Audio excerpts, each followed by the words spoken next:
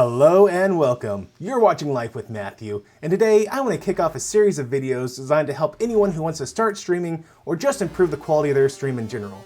And I figured the best place to start this series off would be with which streaming software is the absolute best choice for you. You see, you can't just create an account, set up a webcam, and hit go live if you want to stream to YouTube, Twitch, or even Facebook.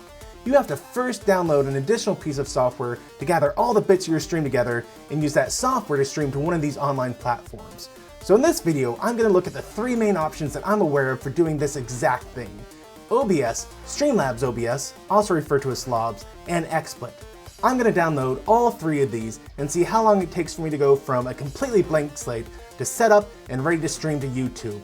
Then, just to round things out, we're going to take a look and see what sort of additional add-ons or services they have to make it the truly best option for you. So let's start this off by looking at OBS. To set up OBS, you first need to head over to obsproject.com and select your operating system. The installation file is relatively small, coming in at only 71.5 megabytes, so even with a slower connection, this won't take but a minute or two to download. Once downloaded, run the installer. It will check to make sure you have everything it needs to run on your system. In my case, I was missing the Visual C++ 2017 package, so it brought me to a page on their website where I can download and install it. And while I do appreciate them creating a link to their own site so I don't have to worry about dead links in the future, I was surprised they didn't have their downloader download and install it for me like most modern installers, but that's a minor inconvenience. With the C++ package, the total file size you have to download is right around 86 megabytes. That's still relatively small, and I suspect will be the smallest download between all three programs. Once C++ 2017 is finished installing, you'll have to track down your OBS installer you previously downloaded and relaunch the installer. I'm just going to accept the default options and get OBS installed, then choose to launch OBS. The first time you turn on OBS, it's going to take you through an auto configuration wizard. For me, I'm going to choose to optimize my OBS for streaming and then tell it to use a canvas size of 1920 by 1080. If you're concerned about bandwidth usage, or if you have a system lacking in power, you can downgrade that to 1280 by 720. That'll still give you a nice resolution while streaming, but takes less system resources to encode your stream. This is especially important if you're doing software encoding instead of hardware encoding. Next, choose which service you want to stream to. For these examples, I'm going to use YouTube. It's going to ask me for my stream key. This is a unique identifier that YouTube uses to stream content to your channel. Make sure you never let anyone see your stream key, as anyone who has it can stream to your channel without needing a password or username information. To find your stream key, go to your YouTube studio and click Go Live. Set up a new private stream and click Copy next to your stream key in the window that comes up. With the stream key in your clipboard, come back to OBS and paste it into the auto configuration wizard. If you want, you can leave the box checked to estimate bitrate with a bandwidth test, but it's not necessary. You can figure this out yourself later on. If you let it do a test, it will create a public live stream to YouTube and check your bandwidth. Not that I only found this out after making this video, when people began to message me on my Discord server asking me when I was going to start the live stream. That would have been awkward. At this point, OBS is configured and ready to stream to YouTube. However, we're not actually showing anything on our stream. So what we're going to want to do is add our webcam and a game capture. To do this, you simply come down to Sources, click on the plus sign, and say Add Video Capture Device. This is going to let us add in our webcam. I'm just going to set the default name for now, and it's going to find my Logitech webcam C930E. And after a second, here comes the video, which is perfect. That's all we need. There are more configurations you can do in the setting below, but I'm not going to mess with those right now. We'll do a future video on how you can get the most out of your webcam or whatever video capture device you're using. For now, we're just going to say OK and leave it as is. Now, in order to add our game capture device, what we're going to do is come to the Sources area and hit the plus sign, then select Game Capture. The default name is fine, or you can give it more descriptive if you want to have various game captures going on at any one time, and just swapping between them. For now, game capture is fine, and by default, it's going to capture any full screen video. OBS is unfortunately kind of buggy on detecting and capturing a game, so instead of saying capture any full screen application, I'm going to come here and specifically say I want you to capture this window. And the window I want to capture is my DOS box, because we are running Hugo's House of Horrors. Now, since this is a DOSBox game, it is very small, but you can grab onto any of the borders and just readjust the size like that, which is perfect, except now I'm covered up. In order to change which layer things go on, in your Sources area, select the item that you want to move to a lower or higher layer and simply drag it to the layer you want it on. For me, I want Game Capture below Video Capture Device, and there we go. We are off to a great start, but there is still a major problem. Right now, there is a ton of area around me that you just don't want to be seeing. And there's two ways to take care of this in OBS and Streamlabs OBS. The first way is to come into your video capture settings and actually zoom in. So on my webcam, I can double click on my video capture device and say Configure Video. Under camera control, I can adjust the zoom so that we're not seeing those nasty PVC pipes, we're just seeing my handsome face. We'll say okay to that, okay, and there we go. Now we're just seeing my face. So the second way of fixing this is simply to hold the Alt key down on your keyboard and drag the border. And what this will do is whatever source you're on at that moment, it will crop the border in. And so just like that, I've basically accomplished the same thing as the zoom was doing, but my Logitech can only do a digital zoom, so I'm actually going to get a little bit better quality of video by cropping in the border instead of doing a zoom on my face. You can also see that OBS is letting you know which borders have been cropped in by highlighting them green. Any border that has not been cropped in will be highlighted red. So we're so close to being ready to stream, but we still have one thing going on here. I got this big green screen behind me, and I'm showing you it instead of getting rid of it. In order to fix this, you're going to right-click on your video capture device and select Filters. In the Effect Filters area, you're going to click on the plus sign and say Chroma Key, and it's going to give you, by default, a green screen chroma key. We're going to move me out of the way just a little bit so we can see how this looks on the game capture. Now this is a fairly decent just right out of the box, but you can see there's still a lot of kind of ghosting going around me, like there's static all around me. The best way of fixing this is just to turn on more lights. A well, evenly lit green screen is the #1 best way to have a good green screen. If, however, you're in an area where you can't effectively light this, what you're going to want to do is in the chroma key area, you can mess with the similarity, the smoothness, and the color spill reduction. What similarity does is it says how far away from green am I going to crop things out. So if I get all the way over to the right hand side, it's going to get rid of everything. Green, blue, red, all gone, just like this. You can't see me at all anymore. And as I bring similarity back down, I'm going to slowly fade back in. So the key to getting a good green screen effect, if you can't do more lighting, is to tweak the similarity until you reach the point at which the green is completely gone, but the rest of you isn't.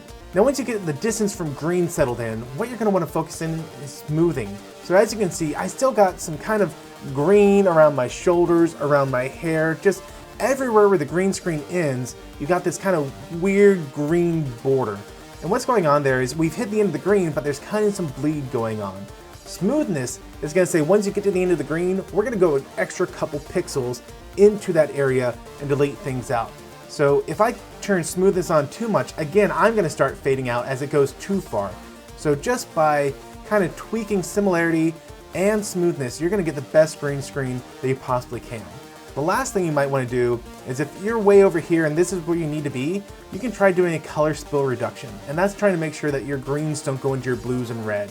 So if I bring the color spill reduction up, you can see that starts to look a little bit better, but it comes at a cost.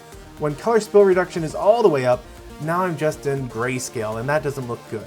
So tweak these settings around until you get them to the spot that you want them to be at. What I've found is usually just by leaving smoothness where it's at and adjusting the similarity just a little bit, I get kind of my best range. Once I get above 420, things start to look weird. You can see above me the wall is starting to look weird, but fortunately I'm not wearing any wall colors on me right now, so this is fine. If I were to stream this is a perfectly acceptable solution to a stream. You can see my game going on over here, you can see me, my little box here, and you can't see my wall and you can't see my green screen. This is a great job. OBS is ready to go. Let's move on to Streamlabs OBS. To install Streamlabs OBS, the first thing you're going to want to do is come to streamlabs.com and click on the download button. While it's downloading, you may want to go ahead and set up an account with Streamlabs. They are going to require this in order to use their software. There is a free version in addition to being a paid version, and I highly recommend you stick with the free version, especially when you're starting off and deciding if you like this software the most. Once it's done downloading, launch an installer and sign your life away by clicking I agree to the license agreement that no one ever bothers reading.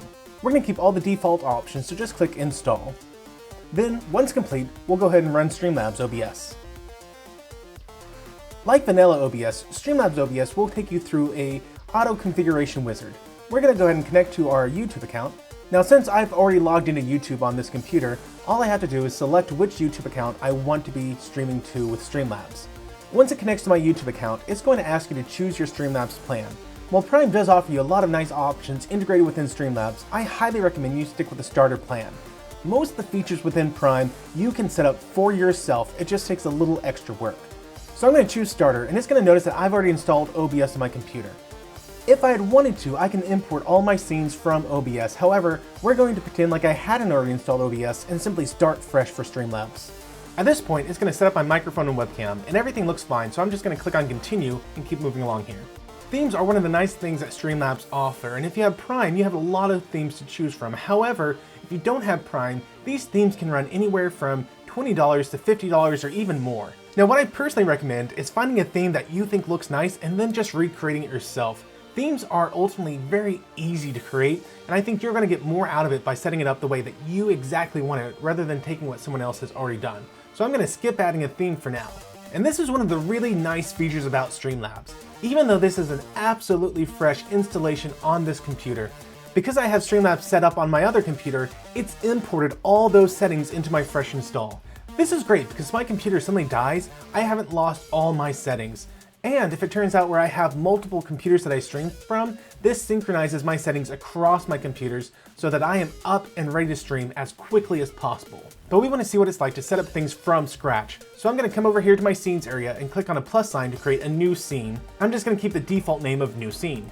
Then, just like in vanilla OBS, I'm going to add my video camera by coming to my sources area and clicking on the plus sign to add a new video capture source. As you can see, Streamlabs OBS offers a ton more options than vanilla OBS. These are really fun, and we can look at all of them later on if you want to, but for now, what we're going to do is add a new video capture device. And instead of adding any of my existing sources, we're going to add a new source instead. We're going to keep the default name, and we're going to add in my Logitech C930 webcam.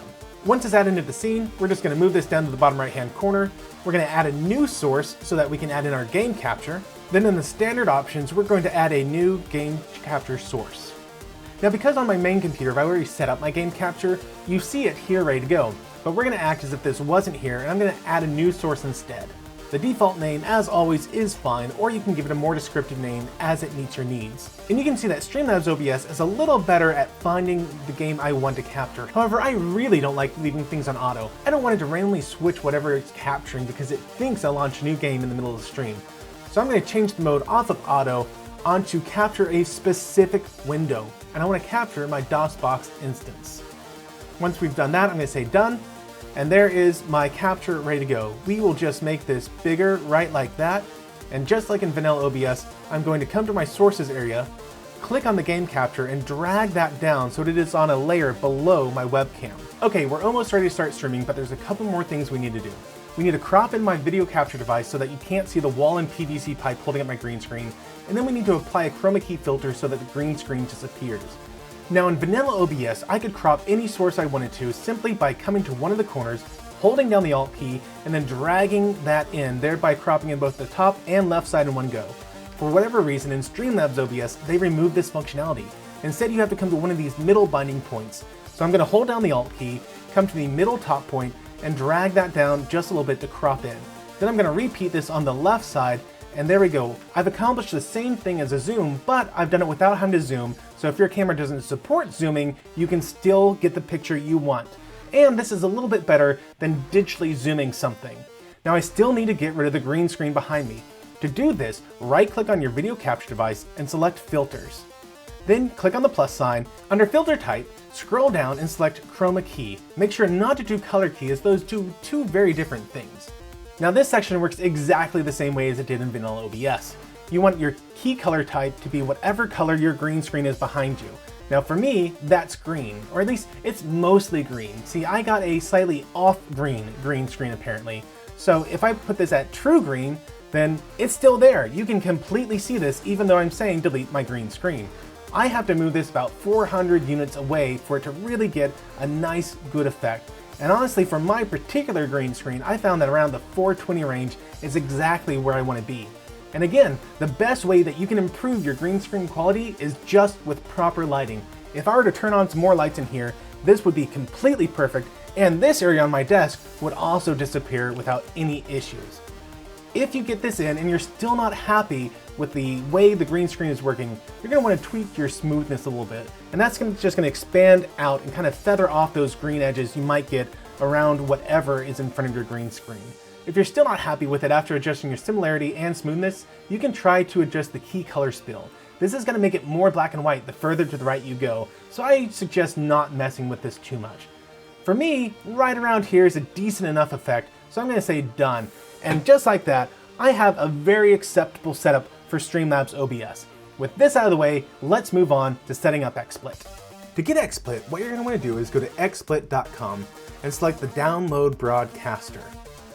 And you may not have noticed because of how quick it happened, but this is by far the smallest installation file out there. It was 186 kilobytes, but that's because all it is the launcher to download the actual install file. So we're gonna go ahead and let xSplit do all of its default stuff and get installed. Well, I say all the default stuff. One thing I have to change no matter what, even if I'm just doing a demo, is I can't stand extra things in my quick launch toolbar area. So I'm gonna deselect that and then continue along. And once it's done, we're going to go ahead and launch xSplit. Now, like Streamlabs, xSplit is going to require you to log in with either xSplit, YouTube, Facebook, or Twitch. For me, I believe I have an xSplit account, so we're going to start by logging in directly to xSplit itself. So it's going to launch a web page and ask me to log in. I'm going to forget my password several times, but once I am successfully logged in, I can pull xSplit back up and it's going to finish loading into it. Now, also like Streamlabs, you don't just have to log in, it is a pay subscription service. You can use a free version, but it's going to prompt you to upgrade every single time you launch xSplit. But that's okay, I'm going to suggest that you continue without upgrading. Now at this point, we still need to configure xSplit to broadcast to YouTube.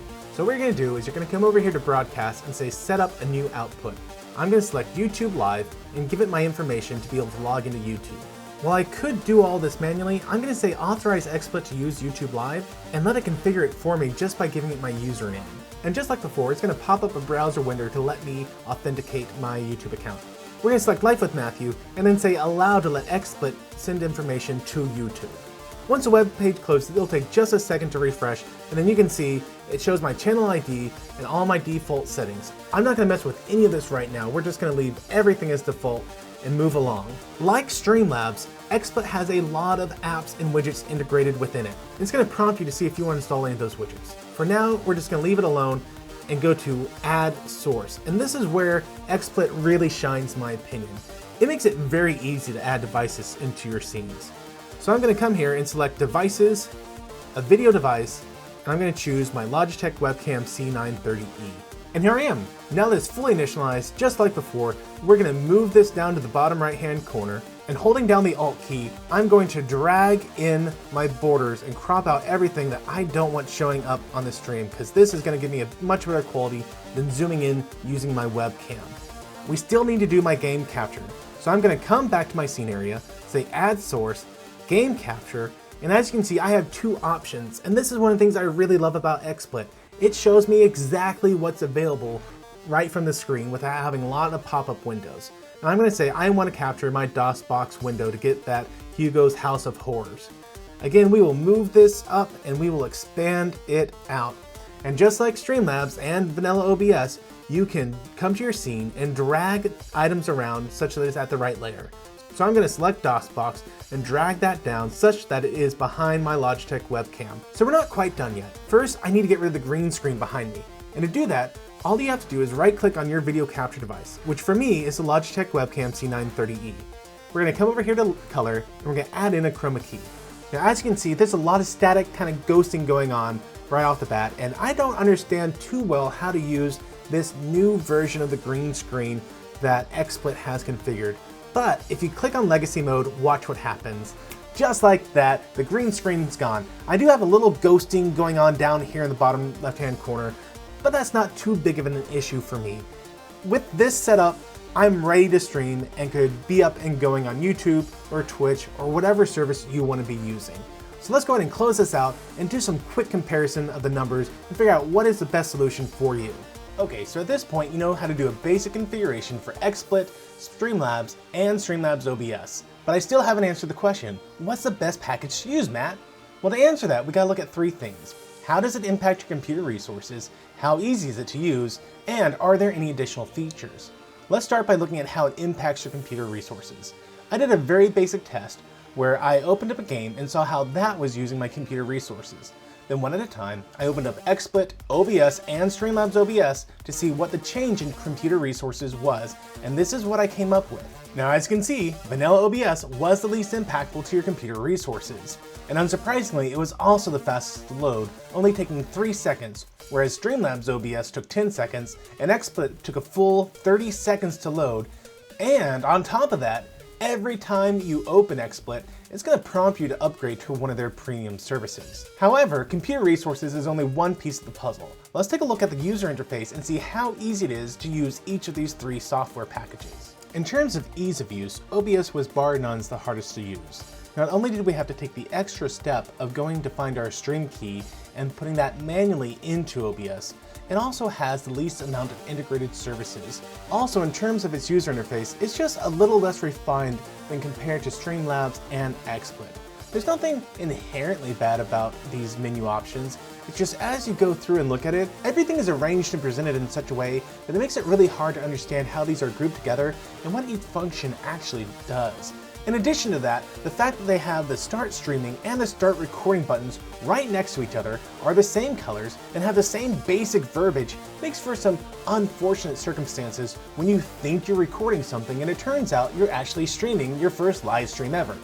By comparison, the way that Streamlabs presents its information and does its GUI is a much more user-friendly interface. This is a system designed to help streamers. And obviously, one of the things that I personally appreciate is the fact that the go live and record buttons are both physically separated and have very different color and verbiage on them to make sure you don't actually click go live when what you meant to do was hit record.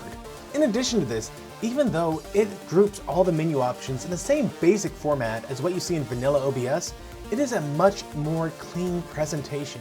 Based on the way this GUI is designed, I can get a basic understanding of what each one does without having to run off to YouTube and find a help video on that specific item in the GUI.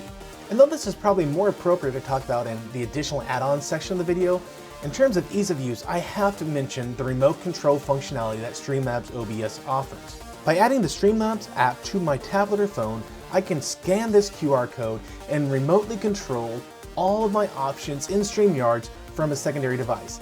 If you only have one monitor, this is a game changer. It allows you to control everything in StreamYard without having to switch back and forth between Streamlabs and your game. This is such a good thing that I cannot talk enough about in terms of making your experience easier to use. That said, it's still not the easiest solution. When you come in and you add a new source, it presents you with a lot of information. As a new user, this can easily overwhelm you, and you're going to want to take the time to learn what each of these options does and how you can get the most out of it. But it does represent a steep learning curve for anyone who just wants to start up a program, capture a game, and start streaming. Finally, in terms of ease of use, you have xSplit. And personally, I do find xSplit the easiest of the 3 software packages to use. Not only is it always going to let you know whenever you have updates for one of the plugins you've installed, but it's just so easy to get up and going. As soon as you install the software, it's going to prompt you to log in to whichever service you want to use. And the way they went about adding new content into a scene is so easy. You just click on Add Source and it's going to walk you through all your options in one easy menu. This is an extremely well done GUI. They also have done a great job of not overloading you with information all in one go. While I really appreciate the fact that OBS and Streamlabs OBS give me all my audio mixers right off the bat, for a new user, having that information presented to you can be really overwhelming. xSplit has done a fantastic job of paring everything down to the bare minimum of what you need to start streaming and present you only with that information. Then they give you the power to add in whatever information you want back on the screen at your leisure as you learn the software. This is the most user-friendly interface of the 3. So let's talk about additional features that each package comes with. Unsurprisingly, OBS has almost nothing. Now, to be fair, with the latest version of OBS, which at this time is 26.0.2, they do include a virtual camera built in to the software. Used to be this was an independent developer who wrote this program and allowed you to take whatever's on your scene and broadcast that as an independent webcam. However, that developer has been working with OBS and they have now integrated that plugin straight into OBS. One of the other nice things that OBS does allow you to do right out of the box is assign different audio devices to different audio tracks. So if I come into my audio mixer area, click on the gear icon and select Advanced Audio Properties, I can assign specific audio devices to specific audio tracks. Just keep in mind that only one track can be outputted to your stream at any given time. That way, if I was recording, say, a game and desktop audio and my alert boxes, I could assign each of those to an independent track. And if there's any audio issues where what I was saying was being overwritten by the game audio, I could select that audio track that was too loud and decrease the volume on just that one track without having to alter my entire video.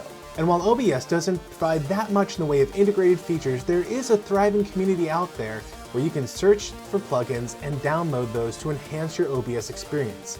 Streamlabs OBS, on the other hand, had the exact opposite philosophy when it came to additional add-ons. Whenever you come in and add a new source to your scene, you can see that Streamlabs OBS has a streamer in mind with each of these widgets. These widgets are designed to get your viewers to interact more with you on your streams. Things like alert boxes so you can see when they've donated or subscribed to you really encourage people to go that extra mile and support you. Then you can have things like subscription goals, which encourage your viewers to spread the word and try and get you to that next level of subscribers on the stream that they're a part of right now. The tip jar lets you see how many donations you've gotten since the last time you reset it. Stream bosses give special privileges to certain people who are in your stream over and over again. The spinning wheel, media shares, stream labels, guys, there are so many options. I can't go over all of them in such a short time, but each one is designed to make sure that your viewers are interacting with your streams at an even greater rate, and they are wonderful. Now, Streamlabs does have a Prime service that they want you to pay for, and it's either $20 a month or about $12.50 if you pay annually. And by subscribing to their Prime service, they give you additional features like your own website to direct viewers to. They give you more options for a merchandise store if you want to do their system. They also do things like offer additional pre-built themes. This way, you don't have to go through and create scene after scene on your own. You can take the work that someone else has already done and put those themes straight into your Streamlabs. Now, I said this at the beginning of the video and I stand by it at the end. I cannot recommend the Prime service. All you want is the ability to add in pre-made themes to your Streamlabs experience. While the themes offered by Streamlabs are stunning and look fantastic, they're just not worth the price tag, especially when with a little searching around on the internet, you can recreate most of these on your own. Now, this is by no means meant to cast shade on any one of these themes. These themes are fantastic and visually stunning. I love a lot of the themes on here. It's just not worth the price tag. It's just about any theme I find on here, I can get a close enough reproduction to on my own. It is going to take a little more time and effort on my part, but honestly, it's worth saving the money, especially if I'm just starting out. And I want to reiterate, themes are not the only thing you get with the Prime membership. You do get those other things. You get the website, you get the merchandise store, you get the ability to stream to multiple platforms at one time. Those are great things. I'm just saying that if all you really want out of a Prime membership are the additional themes, there are better ways to spend your money and improve your streams. Like Streamlabs OBS, xSplit offers a Prime membership. One of the advantages that xSplit has over Streamlabs is that it actually offers you a lifetime membership level. That way, for a single payment, which at this time is $200, you can have all the additional features xSplit offers you by having a license with them without having to pay it on a month-by-month basis. Now, $200 is a lot of money, and I have to make it clear that the only way it is financially advantageous for you to get the xSplit lifetime license is if you use xSplit for at least 4 years. Hey, Life with Matthew here. I need to jump in real quick and say that with my comment about it only being financially advantageous after 4 years, I'm only comparing this to the other plans from xSplit. If you are determined to stream to multiple sources and refuse to see any watermarks, then your options are either buy the xSplit license or get one of the Streamlabs memberships or Restream.io's yearly membership. In each one of these cases, you're looking at something like $200 for xSplit's lifetime membership, or $12.42 for Streamlabs annual membership, or $16 a month for Restream.io's yearly membership. In that case, in a year and a half, Streamlabs Prime membership would have cost you the exact same $200, whereas Restream.io's yearly fee is the same cost as xSplit's lifetime license. My goal is to give you a brief summary to let you know what you get with these memberships, and then let you research it more in depth from there. So that lifetime license to get your money back is a large commitment. You are committing to at least 4 years of using this product to see a return on your investment.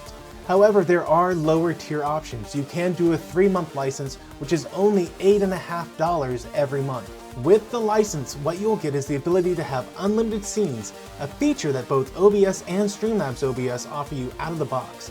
It gives you the ability to do a projector mode. It allows you to add a Skype video call as a source to your scene. It allows you to do a preview editor, which is something that I didn't show, but Streamlabs does do this out of the box. You can come into Streamlabs and click on the studio mode, and by doing that, you have an area where you can edit things, and then once you're ready to have that show up on your stream, you hit transition, and it will transition all your edits to live. By getting the license, xSplit allows you to have this feature as well. But I think the most useful thing about the license is it allows you to do multi-streaming, where you push your one stream to multiple sources at the same time. Something that Streamlabs also does, but you're going to have to pay a higher monthly tier if you want to have that, or you're going to have to use a third-party source such as Restream.io to get it at a cheaper price. Okay, let's boil this all down. What are the pros and cons that we've gone over for each of your 3 options? Well, in terms of OBS, the biggest pro you get is that it is absolutely free and 100% open source. This makes it highly customizable, and it has a good amount of updates. It is extremely lightweight on your computer resources, which means it functions well on older systems, and it functions well with a lower speed internet. Vanilla OBS is also compatible with Mac, Windows, and Linux. On the cons side of OBS, like many open source projects, it does not offer technical support. And while it does have a good community user base, it can make getting answers to questions difficult at times. And since Vanilla OBS lacks the polish that both xSplit and Streamlabs OBS offers, there is a steep learning curve involved with Vanilla OBS. For Streamlabs OBS, on the plus side, it is designed for streamers and gamers. It has a ton of add-ons, it has a ton of widgets. If you've been using OBS for a while, you can import all your streams straight off of OBS as you go to Streamlabs OBS. And perhaps one of the biggest positives of Streamlabs is it actually allows you to monetize your streams right from the get-go. Like OBS, it is free, though it does have a paid tier of additional features if you choose that those additional features are worth it for you. Its interface is very clean and presents things in a way that new users will find easy to follow. That said, there are some downsides to Streamlabs OBS. It is only compatible with Windows, and it does have the occasional bug that you don't find in just vanilla OBS. Even though things are streamlined and presented in an easy to understand way, it can still be a lot of information to brand new users to absorb all at once. Finally, you have xSplit. xSplit is great, especially for beginners, making sure to present only the bare amount of information you need to start streaming and allowing you to add in additional features as you become more comfortable with their software and become a more advanced streamer. It has a lot of native features and plugins and offers you a wider range of additional plugins to enhance your streams. It also allows for a lifetime license option. Instead of having to pay a monthly fee over and over again, you make a one-time payment and have all the features of xSplit open to you. And perhaps one of the largest benefits of all of using xSplit is that it gives you the ability to record a scene separate from the one you're broadcasting. On the negative side, like Streamlabs OBS, xSplit is only compatible with Windows. It lacks a lot of the customization options that Streamlabs gives you, and it consumed the most of my computer resources of all 3 packages I tested. And the biggest negative is that it puts a lot of its features behind its paywall that Streamlabs and OBS offers for free up front. Okay, so that's my analysis of xSplit, OBS, and Streamlabs OBS. But at the end of the day, which one do I actually recommend? Well, unless your computer is strapped for resources, I can't recommend OBS. It just has too steep of a learning curve, combined with lacking all that core functionality that Streamlabs and xSplit offers out of the box. So between xSplit and Streamlabs, which one do I recommend? And that's more difficult. On the one hand, I really like the fact that xSplit has the feature that lets me record a scene separate than what I'm streaming. That is phenomenal. And while it does lack some of those integrated widgets that Streamlabs offers, I can easily add those in. It's just going to take a little extra work. On the other hand, however, Streamlabs offers a lot of the core functionality that xSplit puts behind a paywall, albeit a less expensive paywall than Streamlabs. And I think this is what it's going to come down to when you're choosing, do I want to use xSplit or do I want to use Streamlabs? And that is, do you want the features of the premium xSplit or the features of the Prime Streamlabs. If you want all those features that Prime Streamlabs gets you, things like the expanded merchandise store, your own website, additional themes and widgets, then you're not going to mind the fact that it costs you around $20 a month this time to have Streamlabs Prime. If, however, the most important thing to you is the ability to stream to multiple platforms at the same time, like Facebook and YouTube and Twitch, then xSplit actually offers a far better service, where I can spend $8 for 3 months or pay for a full year in advance and only pay $5 a month to be able to stream to multiple sources at one time.